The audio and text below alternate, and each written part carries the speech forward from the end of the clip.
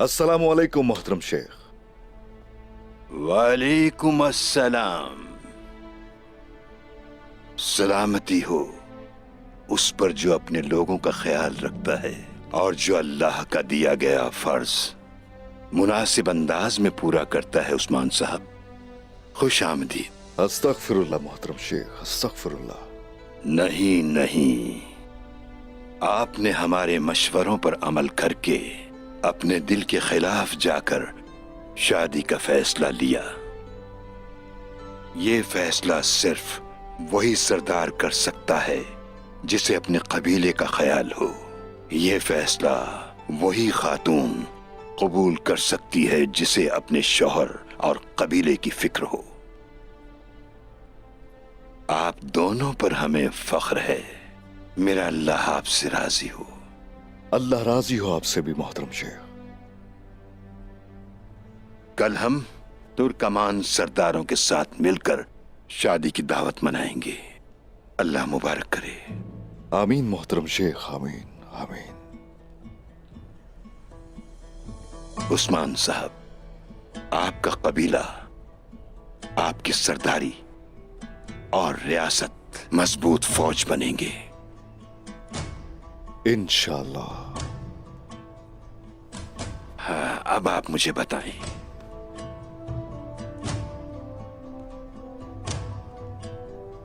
आगे आप क्या करने का सोच रहे हैं?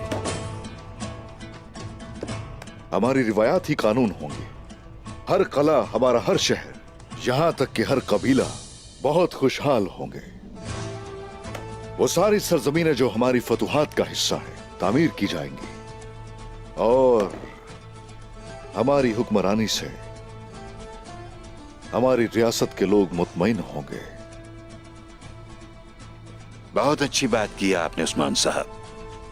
और अब सौद के लिए क्या मंसूबा बना रहे हैं? मैंने करीबी शहरों से बेहतरीन इमारतें बनाने वालों को बुलाया है। वो फौरी काम शुरू कर देंगे। माशाल्लाह माशाल्लाह।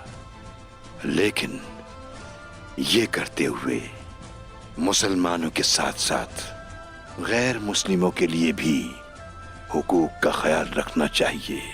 आप जानते हैं कि सूरज की रोशनी तमाम मखलूकात पर यकसा तौर पर फैलती है। आपको भी अपने इंसाफ में बराबरी रखनी चाहिए ताकि रिवायात चमक उठे और लोगों को और पूरे जहान को रोशन कर दें और इससे काइयों की किस्मत भी रोशन हो जाए, हमारी सरदारी रियासत में तब्दील हो जाए।